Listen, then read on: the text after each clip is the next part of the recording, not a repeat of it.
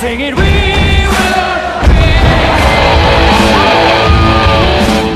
Sebelum sukses menjadi penyanyi legenda dari band yang dinaunginya, yaitu Queen, Freddie Mercury, yang bernama lengkap Frederick Freddie Mercury, lahir di Farouk Bulsara pada tanggal 5 September 1946. Freddie muda, tahun 1970, yang bekerja sebagai pengatur bagasi pesawat di Bandara London, sering menikmati waktunya ke sebuah bar setelah pulang kerja.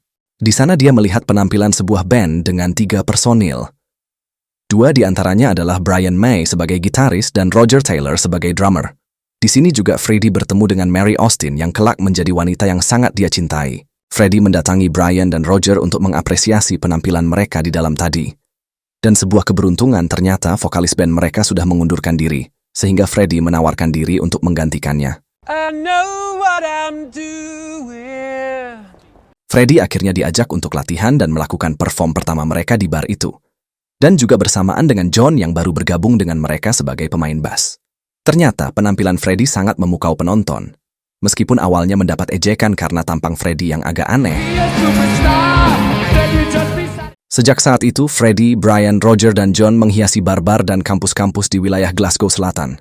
Setahun berlalu, mereka tidak puas hanya menjadi pengisi bar dan acara kampus. Freddie memberikan ide untuk membuat album, yang memang pada saat itu akan memakan biaya rekaman.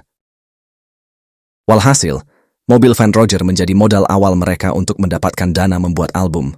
Setelah mobil terjual, mereka pun menyewa sebuah studio untuk melakukan rekaman dari lagu-lagu mereka. Freddie dan Roger begitu konsen dengan lagu-lagu yang mereka rekam. Beberapa penyesuaian dan eksperimen nada serta efek perkusi mereka tanamkan, dan hasilnya mereka menciptakan nuansa baru dalam genre musik tidak terbatas. Kedekatan Freddie dengan Mary semakin lekat. Akhirnya mereka menjadi sepasang kekasih. Dan di rumah Mary lah tanpa sengaja, Freddie mendapatkan nada-nada awal sebuah lagu yang bakal meledak pada nantinya. Dan nama band mereka pun dikukuhkan dengan nama Queen. Mary dan yang lain diperkenalkan kepada keluarga Freddie. Disinilah keberuntungan terjadi. Freddie mendapatkan telepon dari seorang manajer musik besar yang pernah mengurus Elton John. Dia adalah John Reid. John meminta bertemu dengan anggota Queen dan menawarkan untuk menjadi manajer Queen. Akhirnya mereka pun menemui John. Dari sinilah kesepakatan terjadi.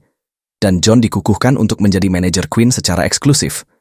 Queen akhirnya tampil di sebuah stasiun BBC. Dari sinilah, Queen mulai dikenal Amerika dan mendapatkan tawaran untuk melakukan tur konser di beberapa negara bagian Amerika.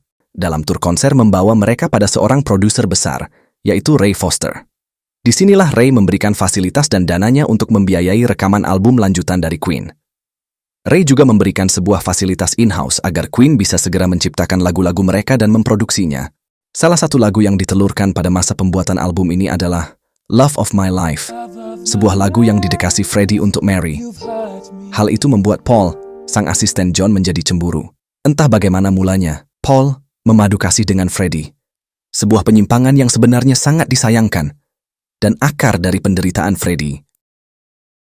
Tidak berselang lama, Freddie juga berhasil menciptakan sebuah lagu yang sangat fenomenal, yaitu Bohemian Rhapsody. Sebuah lagu perpaduan dari berbagai macam genre musik. Klasik, rock, dan opera. Proses perekaman pun dilaksanakan. Go on, roll the track. It's beautiful. Love it. Semua lagu-lagu yang sudah terkumpul selama hibernasi dijadikan sebagai demo master, dan yang pada akhirnya diperdengarkan kepada Ray. Namun sayangnya, Ray tidak menyukai lagu Bohemian Rhapsody, yang merupakan lagu mahakarya Queen yang rencananya akan dijadikan judul album Queen. Alasan Ray karena lagu Bohemian Rhapsody tidak mengikuti selera pasar. Di samping itu, lagu tersebut berdurasi 6 menit, di mana menurut Ray, tidak ada satu stasiun radio yang akan memutar lagu tersebut, karena radio merupakan media marketing efektif pada saat itu. Queen tetap pada pendirian mereka bila Bohemian Rhapsody harus menjadi judul album baru mereka. Kesepakatan pun batal. Queen meninggalkan Ray yang dianggap tidak menghargai sebuah mahakarya. Freddie tidak patah semangat melalui sebuah stasiun radio swasta yang bernama Capital Radio. Dengan antusias memutar lagu tersebut dalam sesi wawancara bersama Freddie. Tidak disangka, keberanian Capital Radio memutar lagu 6 menit Bohemian Rhapsody mendapatkan antusias dari para pendengarnya. Dan membuat Queen mendapatkan tawaran tur kembali, bukan hanya di Amerika, melainkan ke Eropa dan Asia. Queen dengan album barunya muncul sebagai legenda baru dalam musik yang punya genre unik. Namun, selesai dari kesuksesan tur Queen, justru Freddie memutuskan untuk meninggalkan Mary, wanita yang paling dicintainya. Freddie akhirnya mengakui bila dirinya mengidap kelainan seksual. Mary sebenarnya sudah lama mengetahui itu. Namun dia selalu memakluminya. Sayangnya, tidak bagi Freddie. Semakin Mary memaklumi, maka Freddie semakin membuat Mary tersiksa. Jalan satu-satunya, mereka harus berpisah tanpa meninggalkan cinta mereka berdua. Freddie membelikan Mary sebuah rumah yang berlokasi tepat di depan rumahnya. Hal itu karena Freddie sungguh tidak ingin kehilangan Mary dari hadapannya. Meskipun mereka tidak tinggal bersama lagi. Sejak berpisah rumah dengan Mary, Freddie sering melakukan pesta di rumahnya. Dan disinilah, penyimpangan perasaannya tertuju kepada Jim yang merupakan pramusaji dari acara pesta yang dilakukan Freddie di rumahnya. Freddie begitu nyaman dengan Jim, hingga berani meluapkan perasaannya dan mencurahkan kesepiannya. Queen terus mengibarkan sayapnya dan menelurkan lagu-lagu barunya, termasuk We Will Rock You. Sing it, we will.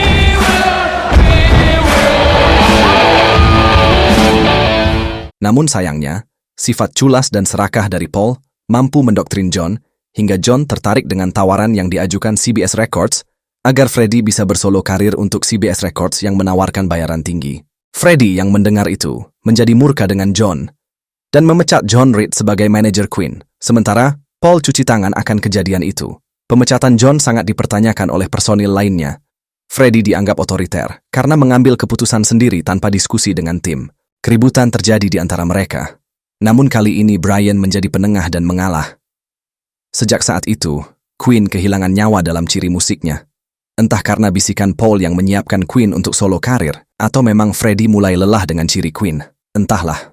Yang jelas, Queen mulai memproduksi lagu-lagu bernuansa rock disco dengan sasaran pemuja klub-klub malam. Semua itu membuat yang lain menjadi tidak nyaman dan mendiskusikannya dengan Freddie. Akhirnya, disinilah Freddie mengaku bila dia berencana akan melakukan solo karir yang ditawarkan CBS Records senilai 58 miliar.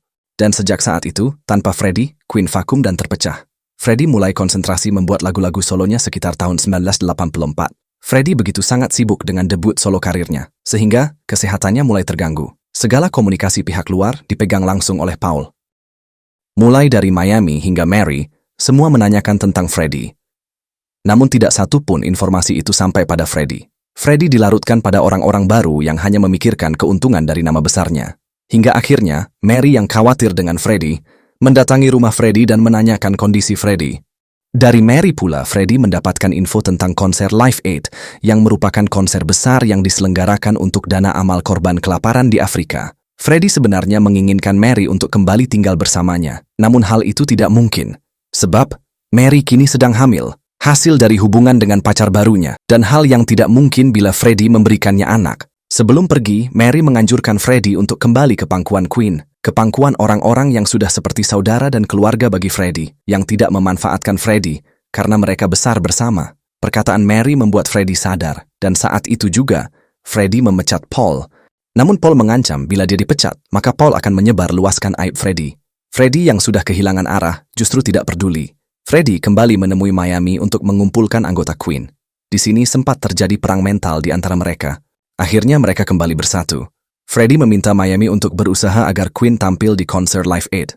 Sebab Freddie sungguh tahu bila hidupnya tidak akan lama lagi. Hidupnya telah lapuk oleh penyakit AIDS yang menggerogotinya.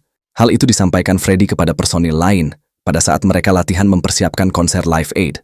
Jelas saja membuat yang lain kaget dan terpukul. Konser para bintang besar di Live Aid merupakan konser pertama sejak mereka terpecah. Queen kembali menunjukkan eksistensinya di jagat musik dunia.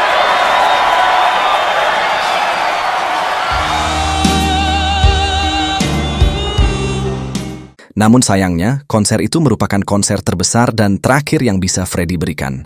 Penyakit komplikasi pneumonia dan AIDS sudah sangat serius mengambil sisa hidupnya. Hingga pada tanggal 24 November 1991, Freddie menghembuskan nafas terakhirnya. Ketika Freddie berumur 45 tahun. Nah, itulah perjalanan mega bintang Freddie Mercury, sang legenda Queen. Hal ini juga mengingatkan kita, bila LGBT adalah salah satu kegiatan yang mendekatkan kita dari penyakit yang bernama AIDS. Itu sebabnya pula, agama melarang kita untuk melakukan hal tersebut. Jangan lupa like video ini dan share bila bermanfaat. Sampai bertemu di video selanjutnya. Wassalamualaikum warahmatullahi wabarakatuh.